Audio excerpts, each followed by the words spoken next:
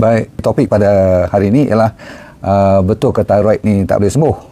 Okey, itu secara kesimpulannya. Jawapannya tetap bagi saya, kalau tidak ada solusi ataupun harapan, kita tak payah cerita, betul tak? Dan kita memang orang yang amat percaya dan yakin bahawa setiap penyakit tu ada ubatnya kecuali mati.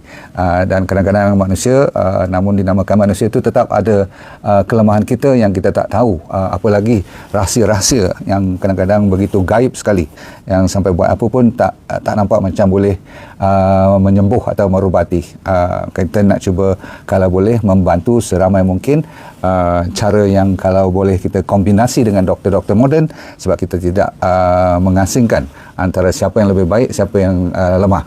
Apa yang penting ialah asalkan pesakit tu mendapat kebaikan, hasil yang positif, dan tidak menerukkan lagi keadaan. Itu tujuan saya. Okey, yang paling penting lagi alami, maksudnya lagi natural, lagi baguslah. Maklum saja kesan sampingan dan sebagainya. Baik, secara ringkasnya, hypo dan hyperthyroid, yang rendah thyroid hormon dan yang tinggi thyroid hormon, ini adalah dua masalah yang cukup dahsyat. Sebab thyroid hormon ni, kalau dari sudut kita bandingkan dengan enjin kereta, selalu saya cerita, dia punya rem tu, dia punya tuning dia tu kena betul. Kalau tinggi sangat pun kereta tu akan terbakar nanti. Kalau rendah sangat pun kereta tu akan orang kata apa, sangkut-sangkut dan akan mati enjin dia. Kan? Sebab tu dia kena steady je all the time. Jadi sel-sel kita pun kena steady all the time. Thyroid hormon tu merupakan hormon yang paling mustahak, dan setiap sel kita, selalu saya kata, daripada hujung rambut sampai hujung kaki harusnya ada thyroid receptor. Berarti dia memang mencari thyroid punya hormon ni supaya sikit banyak mengikut dia punya keperluan. Kalau tak stable, kalau tidak dapat supply, maka bermasalah lah, bergantung kat mana. Tetapi selalunya zaman moden sekarang orang menceritakan tentang masalah 90% daripada masalah thyroid ni adalah disebabkan, yang baru dikonfirm ialah disebabkan oleh apa? Oleh autoimmune. Apa saya cerita kat sini pun balik-baliknya autoimmune. 10% lagi itu adalah disebabkan contoh oleh stres. Ini pun menyebabkan boleh sampai autoimmune punya problem. Toxicity pun boleh ke arah merosakkan liver dan sebagainya. Maka usus kita pun rosak, maka dia boleh jadi autoimmune balik. Toksik, bahan-bahan toksik, pesticide daripada makanan, minuman dan sebagainya, daripada udara pun boleh. Dan last sekali ialah ketidakcukupan, deficiency. Terutama sekali kita bermula, kalau thyroid, yang selalu orang pertikaikan ialah iodin. Cuma zaman sekarang ni iodin tu dah mula tidak menjadi masalah utama penyebabnya, sebabnya sebab kebanyakan garam dah diiodiskan. Dan kalau tak ada iodin pun senang sangat kita dapat kat farmasi sekarang. Of course zaman-zaman dulu kita baling iodin punya kapsul ataupun tablet tu ke dalam perigi kita. Masa dulu-dululah, zaman atuk saya dulu, kita ambil daripada minuman air perigi, betul tak? So iodin is one of the factor kalau kekurangan. Tapi ada lagi selain pada iodin, kalau saya sebut lagi sekali nanti, selenium dan zinc pun memainkan peranan yang penting. Kalau tak cukup, dia juga merosakkan ataupun menyebabkan thyroid kita tidak berfungsi. Anda akan checklist tengok ni, bermula daripada rambut. Kalau dah mula gugur, bermasalah. Nombor dua, kalau dah ni, terutama sekali kening ni dah tak ada. Kalau macam saya ni, sebab kena kemo dulu sampai hilang kening semua ni. Tapi katakan you tak kena kemo, tak kena masalah kulit dan sebagainya, tengok-tengok kening you tengah-tengah ni macam dah jadi nipis dan macam tak ada pula. Itu thinning eyebrow. Lepas tu kulit jadi kering, bersisik, kolesterol dah mula naik, badan dah sakit, you pula tak boleh fokus. Ada orang sampai berat badan meningkat tanpa sebab. Ni hypothyroid. Dia jadi lemah, dia sejuk, kaki dia macam orang panggil macam ais dia rasa, dan dia murung. Selalunya orang ni down, dia redup. Macam kalau cuaca redup, dia pun redup, lebih redup lagi, sampaikan libido pun dah tak ada lagi, dah sembelit lagi, tak berjalan dia punya bowel, habis, orang kata apa, slow down. Digestion dia pun, pencernaan makanan slow je semua. Jadi semuanya jadi low, sampaikan dia macam tak bermain lagi dah dalam hidupnya. Dan ini yang menyebabkan kadang-kadang kalau dia tengok dia, kesian dia, macam orang kata apa, dah out daripada kehidupan kebiasaan. Tapi lawan pula, kalau hyper aktif sangat pula pun berbahaya juga. Bahayanya dari segi rambut masih luruh juga macam tadi, tapi rambutnya bukan takat luruh saja, yang tinggal kat atas kepala ni dia jadi nipis, jadi macam halus. Yang tadi kasar, yang hyper ni jadi macam budak kecil punya rambut. Padahal you dah anak dara, anak tuna dah. Umur yang kena, dia tak perlu umur tua, dia selalunya umur-umur yang belasan tahun dah boleh mula kena. termasuklah zaman muda ni kan. Lepas tu orang yang hyperthyroid ni dia anxious, resah gelisah, senang nak marah, melenting, tangan mengeletar. You kalau tengok dia letak kertas, cuba you letak kertas kan atas you punya jari, buka jari macam tu sekarang. Kadang-kadang tak payah buka lagi dah nampak tangan macam tu dah. Okey. Tapi kalau tak pasti letak kertas, nampak kertas tu mengeletar aje. Selalunya sebelah lebih teruk daripada, kadang-kadang dua-dua belah pun. Okey. You pastikan dada you tidak berdebar ataupun jantung you racing macam Formula 1, laju, gatal kulit. Lepas tu ada tadi sembelit. Yang hyper pula cirit-cirit senang sangat. Dan cepat, orang kata apa, dah letih macam baru lepas lari maraton tu, macam tu, faham? Muka flush, merah-merah, mata dah mula terbeliak. Kalau mata dah mula macam ikan mas tu keluar ke depan, itu dah mula bahaya. Okey, sebab orang pun tak tahu kenapa mata tu sampai ditolak ke depan, tapi ada kaitan dengan hyperthyroid. Dan selalunya dia tak bengkak sangat macam hypothyroid. Kalau orang yang ada goiter, ada bengkak depan tu besar tu kan, pernah tengok kan, yang penuh kat depan dia punya leher tu sampai tak boleh pakai button semua tu, yang tu selalunya hypothyroid. Kalau hyper dia tak berapa nak besar, sebab dia tak perlu aktif lagi, dia terlalu aktif dah. Yang hypo tadi sebab dia low, dia nak bagi banyak thyroid hormon, dia terpaksa kerja kuat, maka dia bengkak. Okey, baik. Sebenarnya selalu kita cerita tentang iodine, tentang bengkak, tentang jadi orang goiter ni. Tapi sebenarnya iodine satu cerita je. Nombor dua ialah estrogen. Dan anda tahu penyakit thyroid ni lebih kepada orang wanita. Okey, wanita lebih kurang 7 hingga 8 kali ganda lebih ramai daripada lelaki yang kena thyroid problem ni. Faham? Okey, so wanita dengar elok.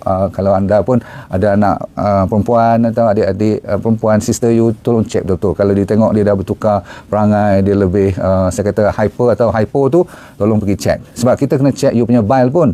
You punya selalunya orang yang tak cukup bile yang hijau tu kan, daripada hempedu tu dalam badan kita, gallbladder pun dah rosak disebabkan kadang-kadang liver pun jadi rosak.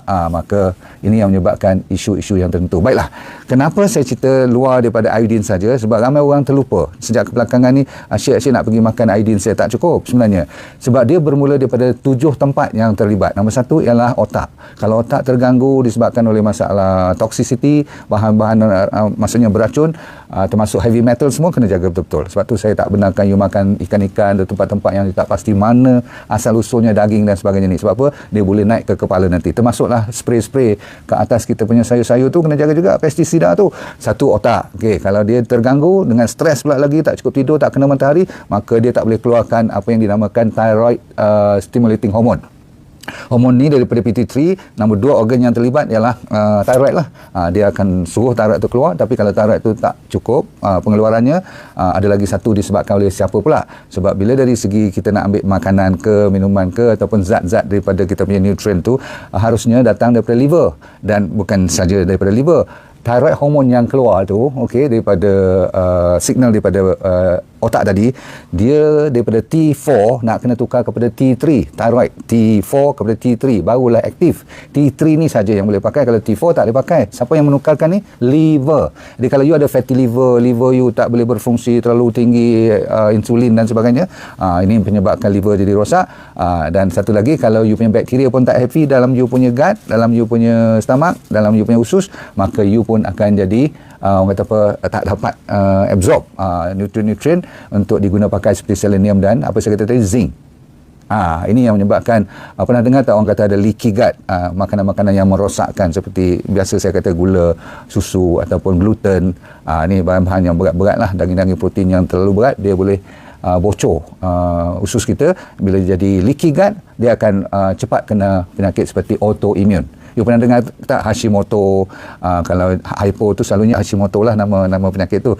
Kalau yang terbeliak mata tu selalu orang panggil grave disease. Perkataan pun grave, G-R-A-V-E. Okey, last kali yang saya kata tadi, bila autoimmune tu dah menjadi berleluasa, macam-macam penyakit lain lagi akan timbul selain daripada thyroid pun. Last kali berbalik kepada perkataan stres lah.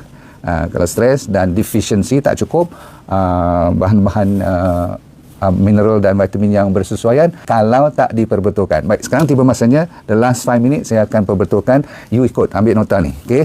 Nombor 1, you dah tahu dah. Kalau otak terganggu, kalau liver terganggu dan usus terganggu, 3-4 tempat ni, dan you pula dah estrogen berproblem. Okey, katakan kalau menopausal ke apa-apa, bile pula tak cukup, buang pula empedu, boleh menyebabkan thyroid rosak. Okey, jadi apa yang kena buat? Nombor 1, mulakan balik.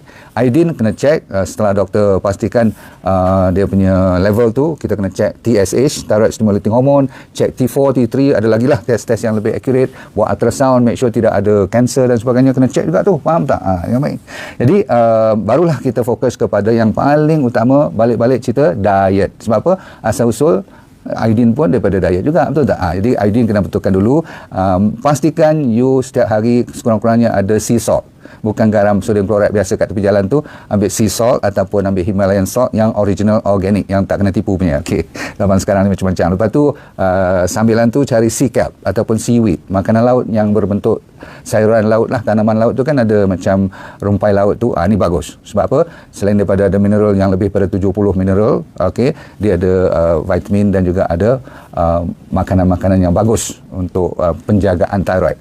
Nombor 2 ialah avocado. Avocado ni banyak dengan potassium, magnesium, ada zinc, ada selenium. Selenium saya bagi yang lain kejap lagi. Tapi yang penting ialah zinc kita boleh dapat daripada wheat germ atau chickpeas, kacang kuda, benih-benih gandum yang organik, dark chocolate, kuaci. Tapi seterusnya jangan lupa kepada pumpkin seed, kuaci daripada labu tu yang warna dah kupas jadi warna hijau tu. Makanlah satu hari 1 genggam pun tak apa.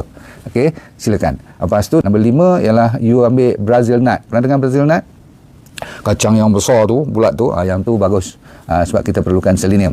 Seterusnya kalau nak ambil juga jenis-jenis nasi, ambil brown rice yang basmati punya. Saya ulang, brown rice satu, bukan beras putih, tapi ambil yang kualiti basmati. Basmati ni dia dah proses, okey, dan dia mempertahankan dia punya khasiat tu, tidak dipolish 100%. Ujung-ujungnya minyak-minyak yang baik-baik. You amalkan VCO, virgin coconut oil, you ambil sacha inchi oil, you ambil olive oil, memang bagus sangat-sangat lah. Omega 3 diperlukan untuk menjaga radangan. Kalau you dapat semua ni, yang lain ni bonus lah. Kalau you dapat cari mushroom, mushroom ni cendawan, lentils, lagi lentils tu dan lah. Kalau boleh strawberry, carrot, tapi you jangan lupa setiap hari tabur sedikit garlic. Tahu garlic, bawang putih, dan satu lagi halia ginger lah. Okey, kalau dapat you buat benda ni semua. Cuma ini penutupnya, penutup ada pantang larangnya. Kalau you hypo, sementara you nak baik ni, jangan makan, walaupun saya suruh makan DND diet, rainbow fruits dengan beberapa jenis ulam-ulaman ataupun sayur-sayuran yang menghijau, tapi kalau you tengah ada hypo yang rendah thyroid hormon tu, jangan makan masa belum baik, namanya cruciferous vegetable yang seharusnya bagus, tapi bila you makan ni, dia akan merendahkan lagi you punya thyroid hormon yang you perlukan kenaikan. So cruciferous vegetable seperti apa? Seperti brokoli, cauliflower, apa lagi, gobies, bak choy, bayam, benda-benda yang rangup ni lah. Okay? Lettuce semua tu tolong letak ke tepi dahulu. Boleh? Okay, lepas tu soya, kalau tak organik jangan tempur langsung. Soya is the worst untuk orang yang ada hypothyroidism. Semua jenis kacang-kacang, kecuali Brazil nut tadi okey, potato pun jangan, sweet potato pun jangan sementara waktu. So ingat yang pantang ni lebih mustahak. Of course lah, tak ada gula, tak ada susu, daging-daging yang bukan organik jangan tempuh. Saya kata apa? Lagi sekali, vegetable yang cruciferous, yang rangup, yang hijau. Moringa semua letak ke tepi, soya punya produk, kacang-kacang semua kecuali Brazil nut, dan kita tutup dengan potato, termasuk ubi keledek pun. Okey, cukup dulu saudara sekalian. Saya mengharapkan you jangan putus asa lagi, masih boleh lawan. Sebab kita kalau autoimmune, kita ada chance untuk baik. Dengan syarat you kena lebih disiplin dan berusaha berikhtiar habis-habisan. Jangan putus asa. Buat dulu 2 bulan, tengok result dia macam mana. Improve sikit tak apa, lepas tu buat lagi. Okey.